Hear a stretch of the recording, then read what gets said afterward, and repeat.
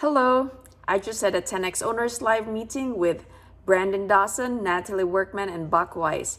Hi, I'm Bria, and here are my 28 lessons learned on the 10X Owners Live Part 2. Lesson 1. You have to learn to let other people grow. You got to learn to develop other people.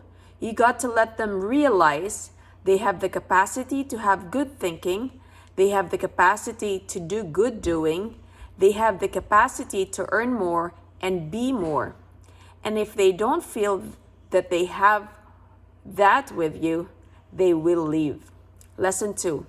It is the greatest opportunity that you can provide to the team member, because if you're always just giving them the answer, giving them the path, then you really are not allowing them to grow and develop, and then you're not taking the responsibility on as a leader to grow and develop them. You're like doing flight control. Or if you're the person that always telling everyone what to do, well, you're stuck doing that thing. You're not able to solve bigger problems. You're not able to do the thing that you originally wanted to do, which was grow and scale a business. You're a manager. No one's intent when they start a business is just to become a manager. You want the freedom to be able to think through other things. Lesson 3. The Law of Curiosity by John Maxwell. Learn to ask really good questions. Lesson 4. Question. This is a question quota by Natalie. Teach your kids to ask questions. How many questions can your kids ask your guests? You'll notice is when you have a question quota, you start coming up against difficulties in continuing the conversation if you're not really good at being naturally curious. Even do this with yourself. How many questions can you go before you feel like you have to talk about yourself? Lesson 5. Question. In regards to firing somebody, and you use that same tactic in regards to this, the business owner's pitches, this is what the expectation was. What do you think from a scale of 1 to 10, what you've done for the past week, 2 weeks, or months? Answer. The hiring process does set up the transition process. So you're either transitioning a team member into an elevated position. They're moving from starting with you as a manager to a senior manager. You have to have that path clearly laid out. Most people accidentally lead their team members because they don't paint a picture for what the manager to senior to director does. But then in the opposite, lesson 6, how do you know when you can fire somebody? They use a 3-step process. First, it is a verbal warning. Second, it is a written warning. And third, it's a performance improvement plan. And in those communications, we use this framework called VCE, Vision, Commitment, Execution. The vision is, why are we improving your performance to begin with? And it's bringing you back to, okay, we want you to be successful in this organization. Lesson 7. My commitment. This is the C. My commitment as a leader is to provide you with the training and the tools necessary for you to be able to do your job. Lesson 8. Most business owners are too afraid to hold their team members accountable because they are not willing to actually put the work in to make those tools and resources so clearly available and documented to a team member. So then, they let this bad behavior go on because they know that they really cannot hold somebody accountable because there's nothing to hold them accountable to. But once you've said, this is my commitment to train you on these resources to make sure that this is not a skill issue.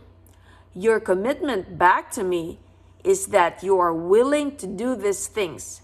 If I'm willing to sit down and train you, you're willing to actually take the training, to learn to take notes and to implement that, and the execution steps. Now, this is the execution steps. You're going to train on Monday through Friday. You're going to through XYZ process and all of those details.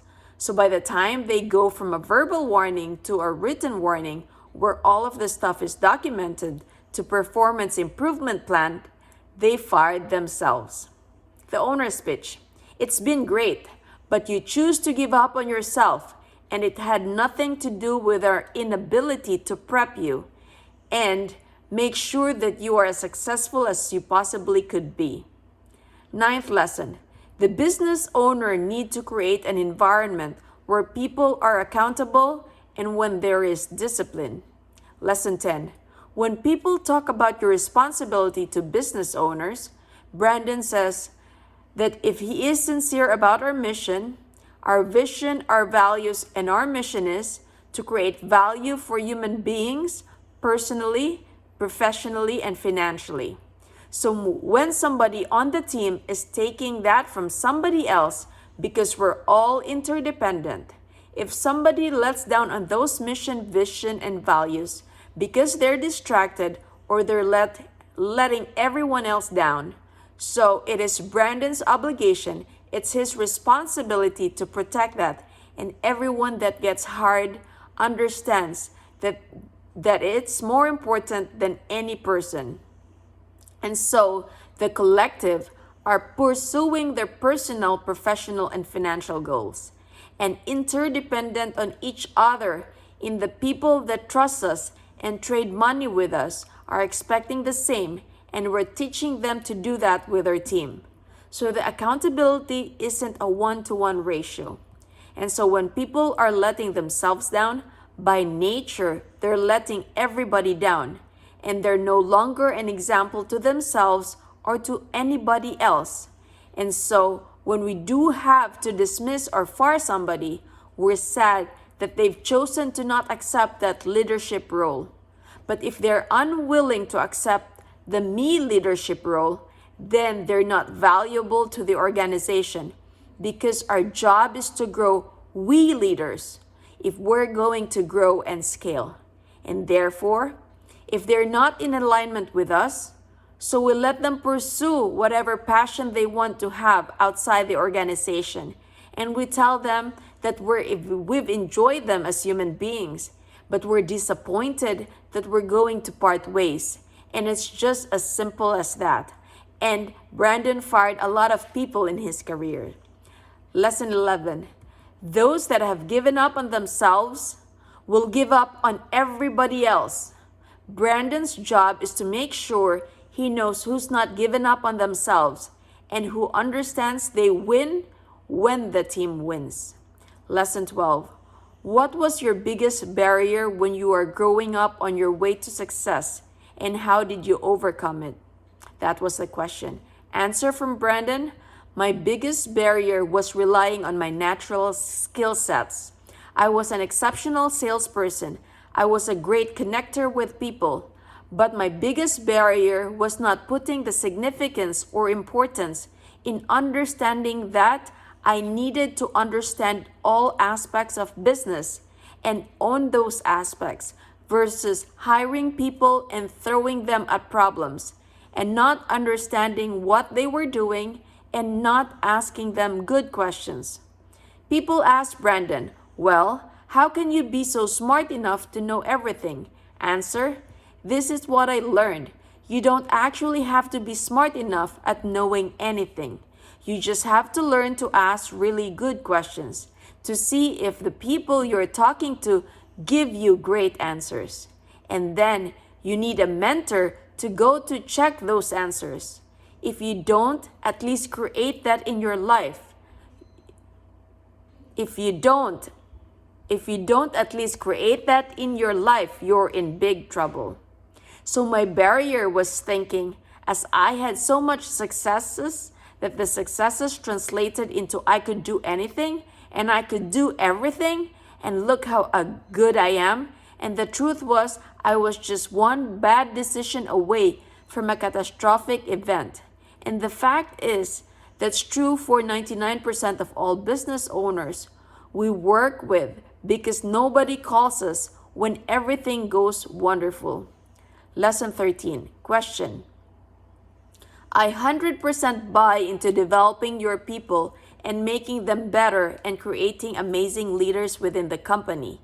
So whenever we create these amazing leaders, what do we do when they then decide to fly the coop and do their own thing? Because you want them to. You want them to do their own thing, but you also wish your people would stay. And so I understand that there's a culture thing, but then there's also that entrepreneurial spirit. Answer. What she just described is what Brandon calls the entrepreneurial trap, and that it's cyclical. This goes to the whole thesis of the 10x rule. There is no way you're going to develop remarkable people who trust you, honor you, follow you, and leave. If you do, it's because you're not big enough. You're not getting big enough. You should never lose remarkable people because your business model should have somewhere that you're placing them. So when we start with the EMM, Employee Maturity Model, it starts as low as an associate. It talks about what that means to senior associate, to manager, to senior manager, to senior director, to VP, to senior VP, to partner, equity partner. So consider, why wouldn't you open up expansion markets and give them an equity earning structure? Go up to this market. I'll help you get 100 people or 500 people. And every time you hit these financial targets over the next 5 years, you'll earn 40% or 50% of the business with no money out of your pocket because I trust you, I honor you, and I'm going to help you. Or why wouldn't you have coaches all over the world? Where you're getting royalties, where at some point they can own 80% of the business and you get 20% royalty off of thousands of people that are doing what you're doing by yourself. Lesson 14. We're just not thinking big enough because we do not know how to construct it. So most business models collapse upon themselves because we lack to construct. So if you look at the partnership, example partnership with ESP Realty with Grant Cardone, what's the difference between him and all the independent realtors all over the country that are all grinding or working by themselves? They all worked somewhere else and left because there was not a multi-tier approach. How can you find, attract, develop, and economically monetize relationships? Lesson 15. So if you're smart enough about your business model, you'll never lose anybody because they're already with you. If they know how to do it, they wouldn't be doing it. So you're just not showing them how to do it even bigger because you're looking at it very linearly, which is the problem with traditional business, which is why Brandon partnered with Uncle G, because what EXP does, Primerica does, bringing this multi-approach, financial level approach to traditional business. What I took from Primerica, brought into traditional business with ideology, and hired a research firm to look at hundreds of industries I could do that with. So we're announcing our dentists, our HVAC, our roofers. We're going to create across 30, 40, 50 businesses, which is how I get to a $10 billion portfolio with like-minded people. And if anybody wants to check my math, all you have to do is look at ESP. It's a multi-billion dollar company now, which it was not 3, 4, 5 years ago. So obviously, those economics work. Look at the value of Primerica Financial Services, when they spun off from Citibank. So they went out at $18 a share, and now their share is $145. The wealth that's created and everyone in the system staying inside the system. So the issue is, and this is the solution, lesson 16. This is the bigger problem solution I'm bringing into the Cardone environment and that structure. So this is why the EXP thing is so timely, because it's another perfect example. We should be doing this in every business. The problem is People don't know how to do it. You should never lose great people. You're not thinking big enough. Lesson 17. The mission is why we exist, why we do what we do. The vision is where, when in the interview process, and the first interview you're asking, what their goals are, the team members, and then sharing with them what your vision is so that there's clear transparency and we are goal-oriented. This is not just a place for people who want to be stagnant. And then, when you actually onboard them, 2 weeks into onboarding process, I sit down with our new team members and I show them this document about the employee maturity model to say, wherever you are in this role in our organization, this is what it looks like, and these are the things you have to develop in order to be able to move to the next role. And you said in your interview process, when you told me that you're goal-oriented, that you want to make more money, this is how you make more money. Go read these books, learn this concept, increase these competencies, learn how to publicly speak. All of this stuff is totally dialed in. So no one asks at the end of the year what to do. What do I do to get more money, or how do I get a raise? I'm already laying out, this is how you add value to us, and therefore they know and are always engaged. This is where I am now. This is where I want to go, and here's the future beyond that. Natalie was asked by one of their employees during their review process, who has been working for them for 6 months. The employee made the comment, I just don't understand how I can make more money. It's clear people tell you how they're going to engage with your clients, and it shows you if you are serious about why you do what you do, and as business owners, you wouldn't start your business if that mission wasn't important to you. If you spent, the amount of time and energy to sit down with somebody for 30 minutes to go through this for every single employee because you want to make sure they understand what the true opportunity is, and that like I'm speaking directly to you right now about this, and then 6 months later to have referenced it again, to not be already working through it. It demonstrates that they're not really serious about the things that they say that they're serious about. It's a huge red flag, but it's a coaching opportunity. And once you coach to it, if it comes up again, now you know you have an issue. But that's when you ask the question, do you remember when I went over the employee maturity model with you? And they say, oh yeah, I do. Great. Can you present that back to us? What does it take in order to move you from a manager to a senior manager? And what is the compensation that's associated with that? And what are the other things that anybody can do to make more money? Like you, because we briefed that as well. You have this opportunity, so you know at the end of the day, that's more clarity. Lesson 18.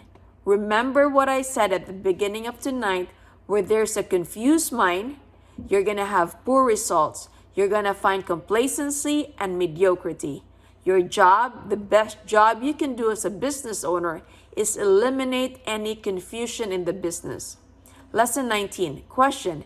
It's so easy to get caught up in all of the minutiae of like answering little questions. And I understand some of it's like helping people answer their own questions. But I get caught up in the minutiae of running a company. And so my question is 2 parts.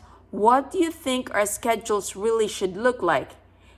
And how do you take control of it and make sure that you follow through on that and don't get caught up in our thing? Answer. When there's a question of struggle, it's really super important to listen to people. Did you notice when he said, I'm so busy being caught up in the minutiae of everything? So when somebody uses that word, it means that you've created a lid. You accepted minutiae. Why choose to have minutiae that you're distracted by? Lesson 19. Minutiae is not adding value. So the things that are causing the minutiae, which is the person that's allowing it in their lives, is creating more minutiae. So now you don't have much time. So what I would say is, I tell my team, you pack as much stuff on my calendar as you can. And I'll sift and sort through the things that I feel I need to address, and I'll allocate things. So when I get people that are calling in, I need to talk to Brandon. I need to talk to Brandon. And Brandon answers, what do they need to talk to me about? I opened the calendar there's no notes in there. Well, they said they needed it. What's the subject? Well, I don't know. They just said that you got to. Call them back and tell them you're gonna put them on my calendar, and we need 3 bullets of what they want to talk to me about. I should be able to look at it and answer. I might even do a voice message back and just say, the 3 things you asked me. The 2 don't do it. On this 3rd one, here's what you need to do. Boom, I'm out. I don't need the stories. I don't need the conversation. I don't need the drama. I don't need any of that. So if you have that, which people define as minutia, like, oh, everything's a big deal, or I can't make this big, we got to make big decisions now. It's because nobody has learned to make any decisions. Lesson 20. So the way you get that out of your life is you stop it. You choose. I'm going to make the biggest decisions on behalf of the organization. I'm going to surround myself with people I trust and I honor. Lesson 21. See confidence. Everything follows confidence, or to the extent that there's low confidence, you'll have low results. 21. Your job as a business owner is to create confidence first in yourself, the people that are around you, your customers, your clients, your bankers, everyone. Most importantly, your employees, because they look up to you. Lesson 22. Your job as a leader is to create confidence with your team, that they can be like you. They can make great decisions. They can own decision. Lesson 23. When making a decision and your personal assistant says, I'm sorry, I said, don't ever be sorry about making a decision.